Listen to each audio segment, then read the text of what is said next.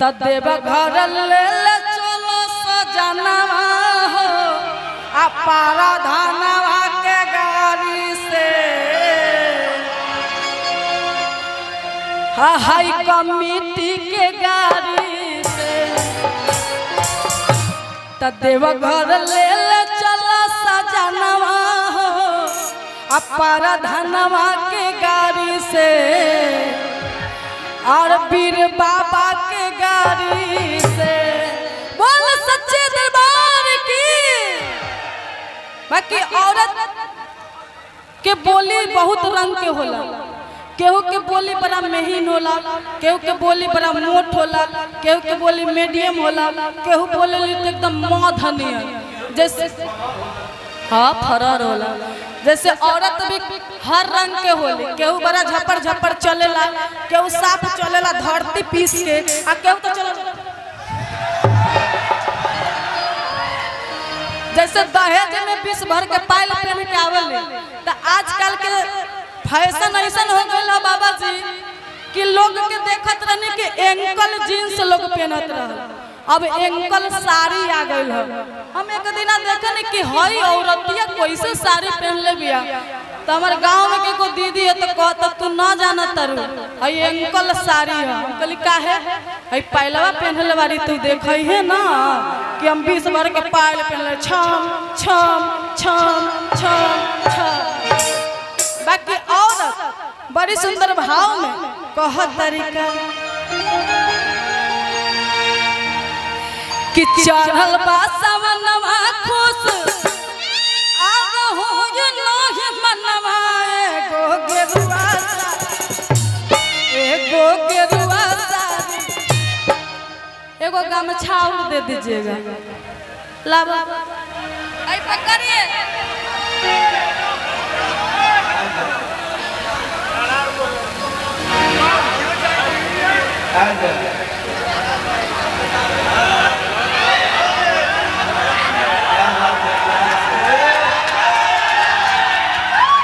हाई बनाने के बाद हमको बॉल मिलता है।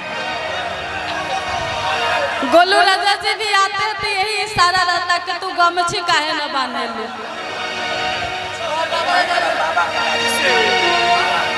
कि चढ़ल बा सवनवा खुश आग हो नोहि मनवा एगो गेरुआ साड़ी एगो गेरुआ साड़ी तदेव घर ले चल सजनवा हो हई बाबा के गाड़ी से पर धनवा के गाड़ी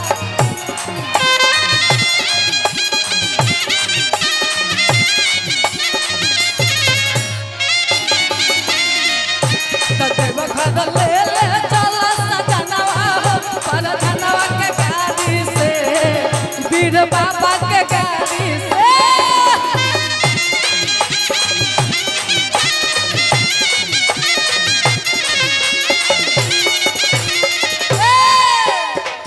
चढ़ल बा सवनवा खुश हो गे नोहि मनवा एगो गेरुआ साड़ी से।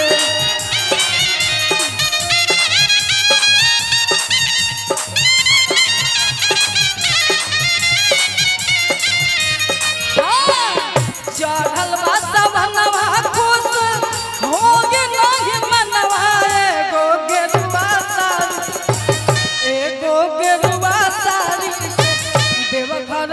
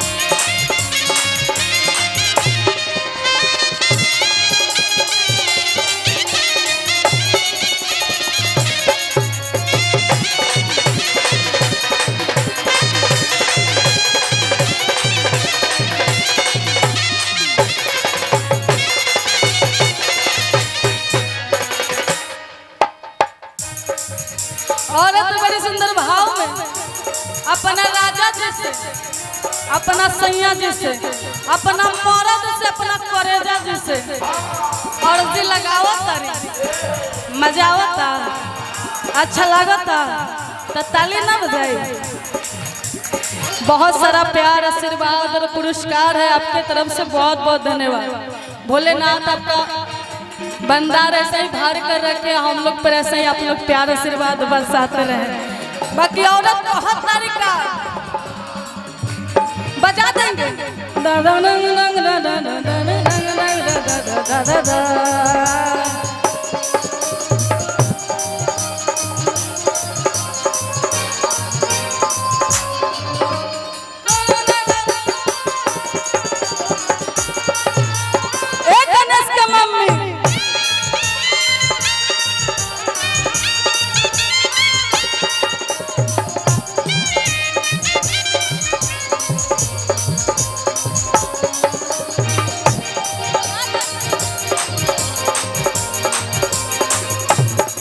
नहीं खाएम खोवा में बनही मिसरी मलाई,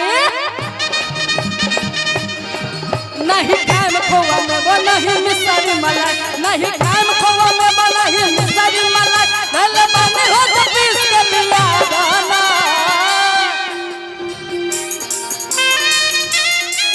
एक गणेश के मम्मी, एक गणेश के मम्मी बस पावर भांग खिया दाना। गणेश के मम्मी बस पावर भांग खिया दाना। पिसक पिसक होला दे राउल भंगिया बधेर, पिसक पिसक होला दे राउल भंगिया बधेर, पिसक पिसक होला दे राउल भंगिया बधेर, पिसक पिसक होला दे। दुख होला बड़ दुखवा सहाय ना।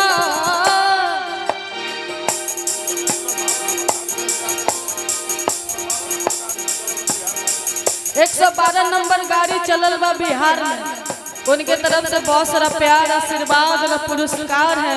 बहुत बहुत धन्यवाद आपको। जय माता दी। एक गणेश के पापा, एक गणेश के पापा हमसे भांग पिसाई ना। एक गणेश के पापा हमसे भांग पिसाई ना। सजनवा हो पर धनवा के गाड़ी से,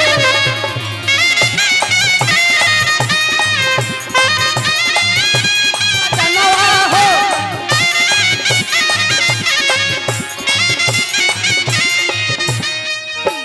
औरत बड़ी सुंदर भाव में अपने राजा जी से कहत तरीका,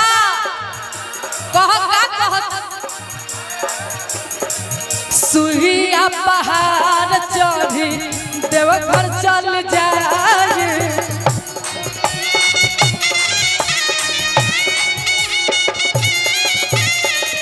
बाबा हो तो जलवा चढ़ाए।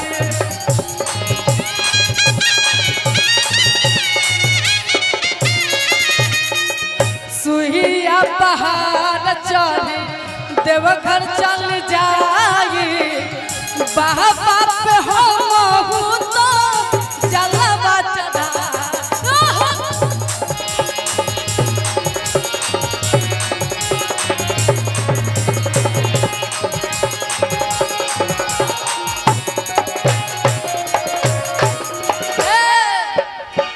रउआ साथ चल राजा कंधा न दुखाए एगो कांवर भारी से।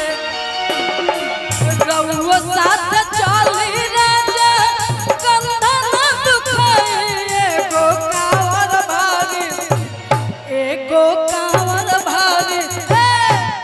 लाइट को पूरा व्हाइट करके रखेंगे तो ये भूख भाग मत बढ़ाएंगे, साफ व्हाइट रहेंगे। कि रउआ साथ चली राजा कंधा न दुखाई एगो कांवर भारी, एगो कांवर भारी से। देवघर ले ले चलो सजनवा हो पर धनवा के गाड़ी से। हई मुखिया के घरी से।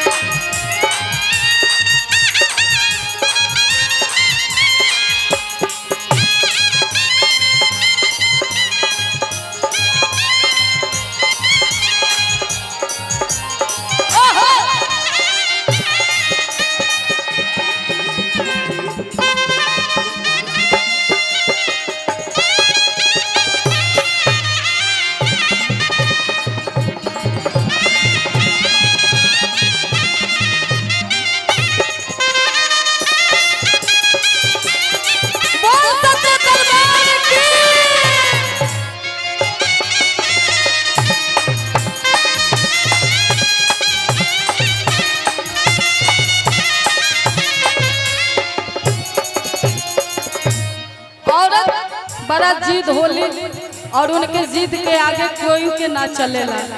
एक खातिर मर्द बड़ी सुंदर भाव में समझावत रहे, बाकी औरत समझत ना बारी, फिर भी उनकर जिद का कहता ए सुहिया पहाड़ चढ़ी देवघर चल जाए,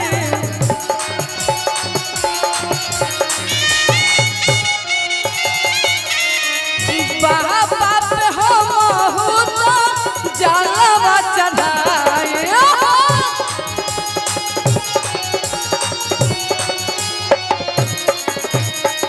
सुल्तानगंज से हम जलवा उठाई, बोल बाबा बोलत बोलत रहिया कट जाए।